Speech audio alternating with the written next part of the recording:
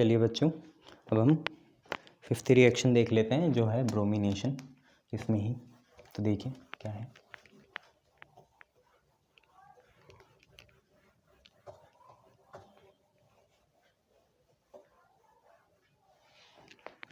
Reaction number fifth जो कि है आपकी इलेक्ट्रोफिलिक सब्स्टिट्यूशन रिएक्शन, और उसके अंदर बहुत सारी देखेंगे, जिसमें सबसे पहली है ब्रोमिनेशन। तो यहाँ लिखा लीजिए आप fifth number electrophilic substitution reaction. कौन देगा सर?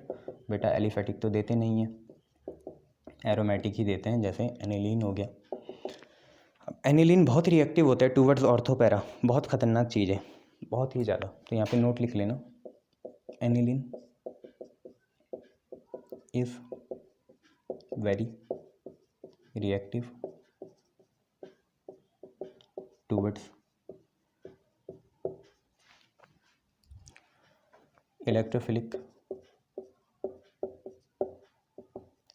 substituted reaction। किसी को भी नहीं बख्शता ये, मेनली एट ऑर्थोपैरा पे तो ये किसी को नहीं बख्शता, चिपका देता है। क्योंकि देखो आपको पता है पैरा तो एक ही है पर ऑर्थो दो हैं। ऑर्थो तो दो होते हैं, एक इस साइड एक साइड, मेटा भी दो हैं, पैरा एक है। ठीक है, ये आपको याद होना चाहिए। तो सबसे पहले हम इसका ब्रोमिनेशन देख लेते हैं। तो पहला है इसमें पहला पार्ट ब्रोमिनेशन। ब्रोमिनेशन तो बड़ा धूमधाम से होगा। पिक्रिक एसिड मत बोलना, पिक्रिक एसिड में NO2 होता है फिनॉल पे। ठीक है, ब्रोमिनेशन कर रहे हैं। तो देखिए क्या है, ये हमने बनाई एनिलीन NH2, इसमें हमने डाल दिया 3Br2। क्या है ये? ब्रोमीन है। 3Br2 डाला। ठीक है, किसके प्रेजेंस में? तो हम इसे ऐसे लिख सकते हैं 3Br2 किसके प्रेजेंस में? एक माइल्ड ऑक्सीडाइजिंग एजेंट के प्रेजेंस में, जो कि है bromine water. Mild oxidizing agent होता है। हो गया क्या? ये वाली ऑर्थो एक्टिवेट होगी, ये वाली भी ऑर्थो एक्टिवेट होगी, ये वाली पैरा एक्टिवेट हो जाएगी। तो आप देखिए क्या बन जाएगा। यहाँ पे तो NH2 रहेगा, इधर भी आ जाएगा ब्रोमीन, इधर भी आ जाएगा ब्रोमीन, इधर भी आ जाएगा ब्रोमीन। सर यहाँ के 3 हाइड्रोजन कहाँ गए? क्योंकि हम पे 6 ब्रोमीन थी, 3 यूज़ हो गई, 3 बची हुई है, 3 हाइड्रोजन भी बचे हुए हैं। तो ये बन जाएगा 3HBr। ये तो बड़ी दिक्कत की बात है कि ये बन गया 2 4 6 2,4,6 tribromo aniline, 2,4,6 tribromo aniline. But ये बड़ी दिक्कत की बात है कि यहाँ पे ऐसे मल्टीपल डेरिवेटिव वाले बन रहे हैं, मल्टीपल सब्स्टिट्यूटेड वाले बन रहे। अगर हमें सिंगल सब्स्टिट्यूटेड चाहिए तो हमें क्या करना पड़ेगा? तो बच्चे हमें एसिटाइलेशन का सहारा लेना है। ठीक है, तो नोट लिख लीजिए, if we want to produce mono derivative, single derivative, जैसे एक ही ब्रोमीन आई। ठीक है, तो if we want to produce mono derivative, अगर हमें मोनो डेरिवेटिव प्रोड्यूस करना है, वी हैव टू अप्लाई या we have to utilize acetylation. हम एसिटाइलेशन करेंगे एसिटाइल क्लोराइड से, CH3CO होल ट्वाइस O से। ठीक है, तो if we want to produce mono derivative we have to utilise क्या? एसिटाइलेशन हैंसवर्थ।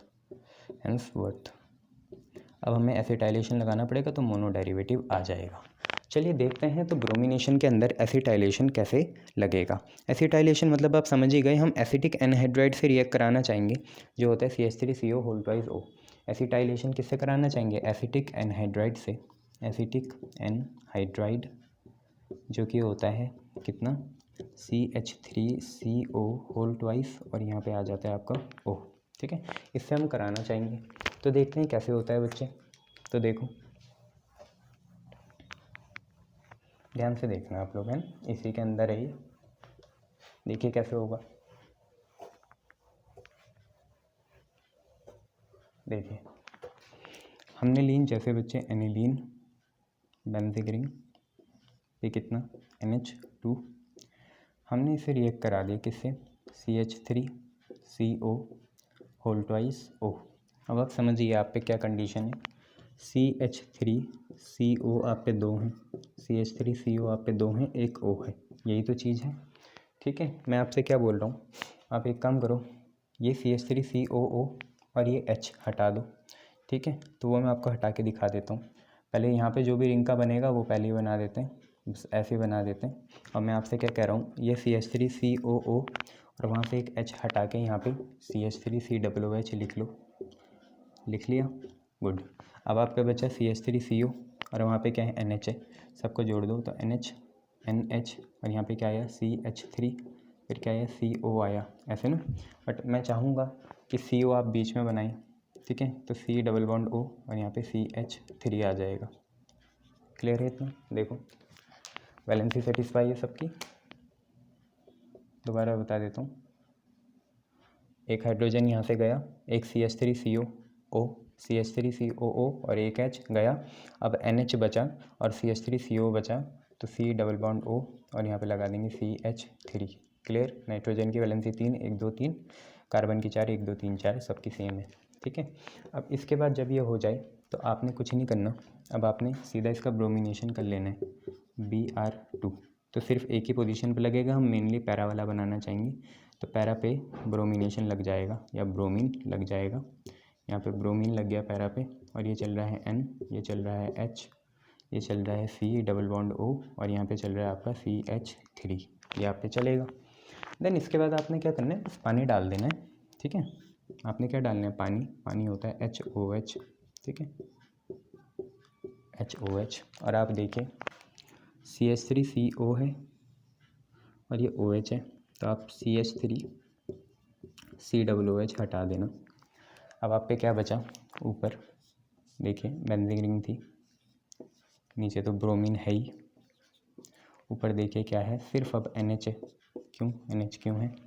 क्योंकि वो चले गए ना, CH3CO और OH चले गए, अब ये H बचा, वो यहाँ चिपका दीजिए, तो यही तो आप चाहिए था, NH2Br ही तो चाहिए था। ये मोनो डेरिवेटिव आ गया है, कैसा आ गया, मोनो डेरिवेटिव आ गया है, यही तो हम चाहते थे, देखो आ गया मोनो डेरिवेटिव सब्स्टिट्यूटेड प्रोडक्ट। तो उसके लिए हमें किसका सहारा लेना पड़ेगा, इसका, यह है एसिटिक एनहाइड्राइड, एसिटिक एनहाइड्राइड। और हमने कौन सी प्रोसेस करी, एसिटाइलेशन करा। ये पूरा किसके अंदर है, एसिटाइलेशन के अंदर है।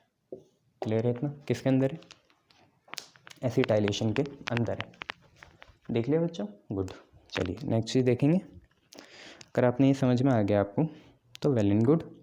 अब जो ये CH3CONH बना ना, ये जो है CH3CONH, इसका मैं आपको एक नोट बता देता हूँ यहीं पे, कि यहाँ पे क्या होगा, रेजोनेशन होगा, रेजोनेंस होगा। कैसे, आपने ये देखा, ये जो एसिटानिलाइड बना, ये जो है CH3C डबल बॉन्ड O और यहाँ पे है N है और यहाँ पे क्या है H है, ये एसिटानिलाइड है, एसिटानिलाइड मतलब एनिलाइड बने, अमाइड बने CONH, और किस में, एसिड ग्रुप में। एसिड ग्रुप क्या होता है, CH3CO होता है, ठीक है। तो एसिटानिलाइड में क्या है, देखो ऑक्सीजन पे क्या है, कितने इलेक्ट्रॉन है, लोन पेयर है, 2 लोन पेयर है, 4 इलेक्ट्रॉन होंगे। नाइट्रोजन पे भी 1 लोन पेयर है और 2 इलेक्ट्रॉन होंगे। इतना तो आपको पता है, ऑक्सीजन 6 होता है, 1 2 3 4, 2 डबल बॉन्ड। नाइट्रोजन 4 होता है, तो 1 2 3 4 है ना, बनाते हो 3 ही, कोवेलेंसी 3 आती है, ठीक है। कभी कभार N2O5 में जैसे 4 आ जाती है, ये है। अब यहाँ पे होगा क्या, अब यहाँ पे होगा ये कि ये पे ना, यहाँ पे आपका क्या होगा, इन दोनों के साथ रेजोनेंस होगा। तो वो रेजोनेंस कैसे होगा वो देखिए, ठीक है। यहाँ पे हमें कुछ नहीं करना, ये है ना, ये वाली चीज़, ये जो एक बॉन्ड है, इसके इलेक्ट्रॉन ऊपर भेज देने और ये 2 वाले इलेक्ट्रॉन इधर ले आने, ठीक है। क्योंकि C और N के साथ डबल बॉन्ड भी बन सकता है, ऐसी कोई दिक्कत वाली बात नहीं है, ठीक है। तो आप ये डबल बॉन्ड ले आना। ये आपने क्या करा, ये जो डबल बॉन्ड था, इनमें से एक सिंगल बॉन्ड के 2 इलेक्ट्रॉन ऊपर भेजे, तो आप देखिए यहाँ पे क्या हुआ, CH3 था, C था, डबल बॉन्ड नहीं, अब सिंगल बॉन्ड हो जाएगा O, सिंगल बॉन्ड O हो जाएगा। पहले से 1 2 3 4 मतलब 2 लोन पेयर, ये 4 इलेक्ट्रॉन थे, ये नहीं है कुछ डॉट, और ये जो एक सिंगल बॉन्ड है, इस पे जो 2 इलेक्ट्रॉन है वो भी ऊपर चले गए, तो ये 2 इलेक्ट्रॉन यहाँ हो गए। अब हुआ क्या, नाइट्रोजन है, हाइड्रोजन है, ठीक है। अभी क्या है, सिंगल बॉन्ड है, कार्बन की 3 ही वैलेंसी है। नाइट्रोजन ने जैसे ही अपने 2 इलेक्ट्रॉन या 1 लोन पेयर यहाँ दिया, यहाँ डबल बॉन्ड आ जाएगा। अब आप खुद ही समझिए एक चीज़, कार्बन पे अब एक्सिस हो गया। एक्सिस कैसे हैं, देखो 1 2 3 4 6 उस पर इलेक्ट्रॉन भी है और बॉन्ड भी बन रहे हैं। और नाइट्रोजन ने अपने लोन पेयर दिए, तो यहाँ प्लस आ जाएगा और यहाँ पे क्या आ जाएगा, माइनस आ जाएगा। इसको ही हम रेजोनेंस कह रहे हैं। क्या बोल रहे हैं, रेजोनेंस कह रहे हैं, ठीक है। देख पाए आप क्या हुआ, गुड। तो इसे ही हम क्या कह रहे हैं, रेजोनेंस कह रहे हैं, ठीक है। हाँ, कोई अब दिक्कत वाली बात नहीं है, आप ऐसे कर सकते हैं, अब मैं आपको ये बोल रहा हूँ यहाँ पे क्या हुआ, हेंस अब मैं आपको एक चीज़ बता रहा हूँ कि जो नाइट्रोजन का लोन पेयर है वो लेस अवेलेबल होगा, क्योंकि वो तो क्या है, डबल बॉन्ड बना रहा है कार्बन के साथ, ठीक है। ऑब्वियसली उसका इंटरेक्शन वैसे ऑक्सीजन के साथ है, तो हम यहाँ लिख सकते हैं नोट कि the lone pair of nitrogen interact with या तो कार्बन मान लो या तो ऑक्सीजन मान लो, या तो कार्बन या ऑक्सीजन, हेंस लेस अवेलेबल है ना एट दी बॉन्डिंग साइट, या प्रोटोनेशन के लिए क्या होगा, लेस अवेलेबल होगा, ठीक है। या आप बोल सकते हो कि लेस अवेलेबल सबसे इजी क्या है, नाइट्रोजन पे लोन पेयर है तो वो डोनेशन के लिए होगा, तो लेस अवेलेबल फॉर डोनेशन, इतनी चीज़ें हैं, ठीक है।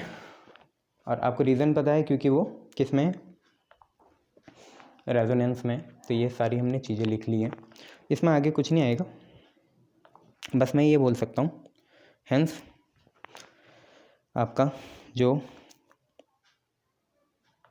एक्टिवेटिंग अफेक्ट होगा, कौन सा अफेक्ट होगा, एक्टिवेटिंग अफेक्ट, तो देयरफॉर एक्टिवेटिंग अफेक्ट जो होगा, एक्टिवेट मतलब रिंग को एक्टिवेट करने का इफेक्ट जो होता है, मतलब ताकि वो ऑर्थोपैरा पे सब्स्टिट्यूशन हो, इसलिए एक्टिवेटिंग करने का अफेक्ट, तो देयरफॉर एक्टिवेटिंग अफेक्ट ऑफ किसका, इसका पूरे का COONH, और यहाँ पे कोई भी अल्काइल ग्रुप हो कोई दिक्कत नहीं है, CONH group is less than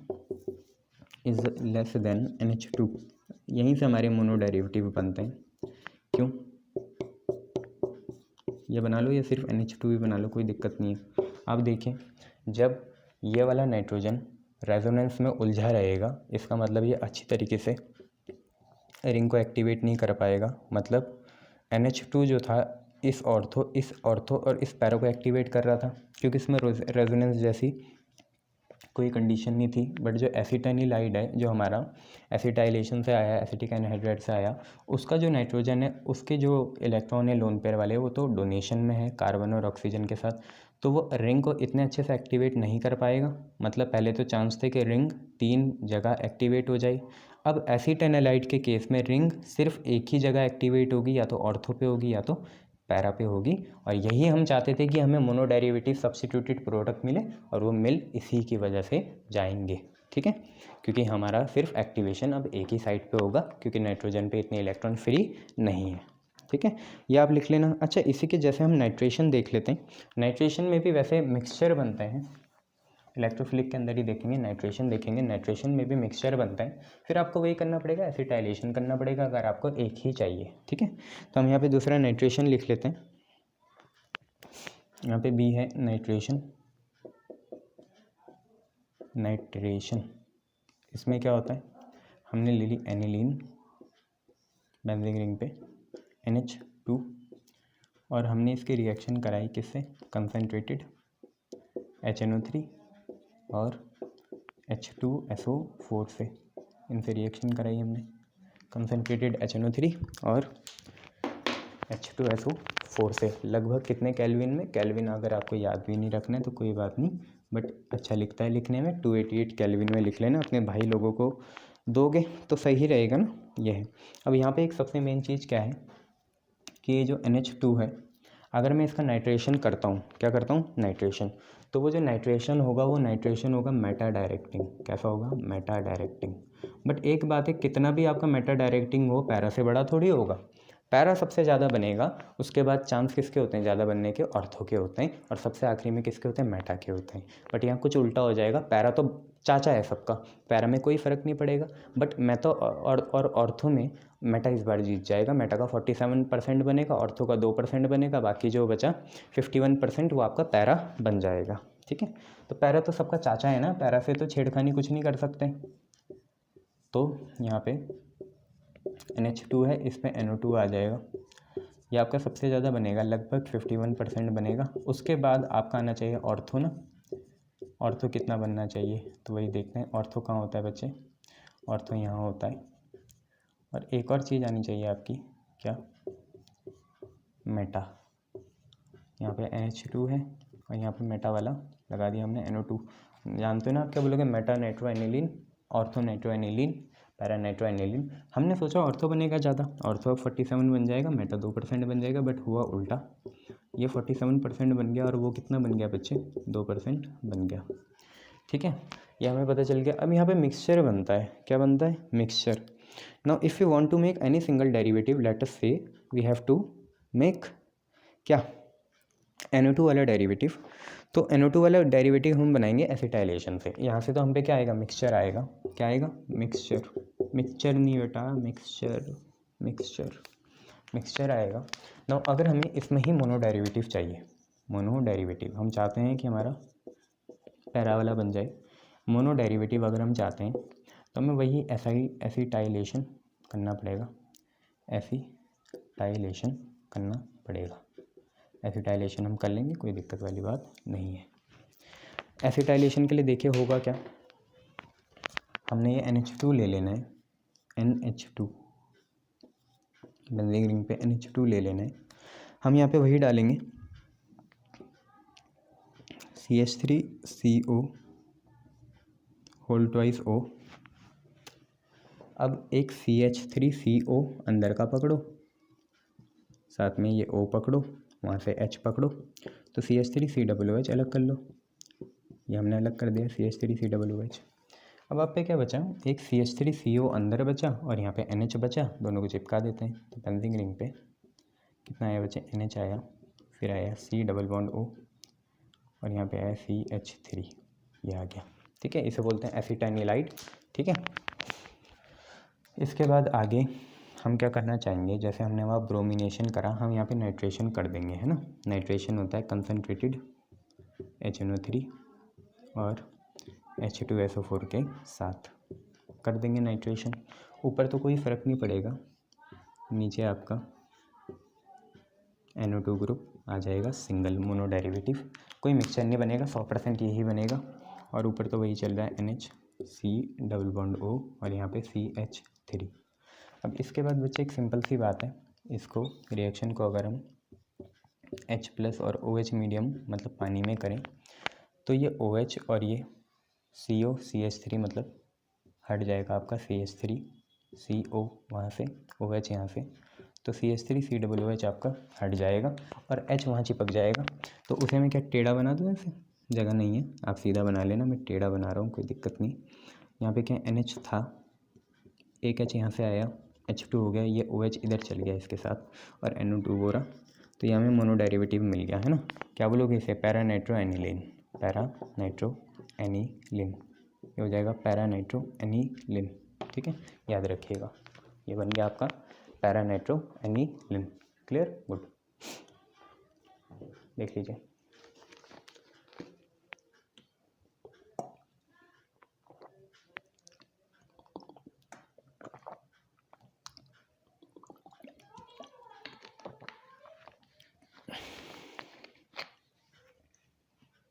ये 100% बनेगा पूरा। ठीक है, याद रखिएगा ना। इसी के जैसे हम सल्फोनेशन भी कर सकते हैं। ठीक है, सल्फोनेशन में आपको कुछ नहीं करना, कंसनट्रेटेड H2SO4 डाल देना। ठीक है, और आपको पता ही है ये बेस है वो एसिड है, दोनों रिएक्ट कर जाएंगे, कोई दिक्कत वाली बात नहीं है। तो करें क्या, सल्फोनेशन इसी वीडियो में कर लेते हैं। तो हम ब्रोमिनेशन कर लिया, नाइट्रेशन कर दिया, मोनो डेरिवेटिव बना लिया, अब हम सल्फोनेशन करते हैं।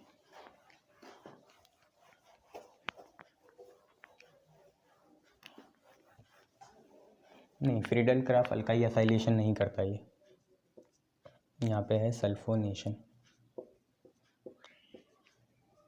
सल्फोनेशन। देखिए सल्फोनेशन में कुछ नहीं होगा,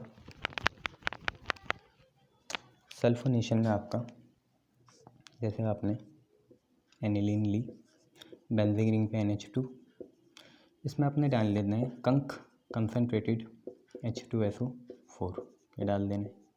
तो क्या होगा, देखो एसिड का काम होता है H देना, किसको, बेस को, बेस को क्या देगा, ये H देगा।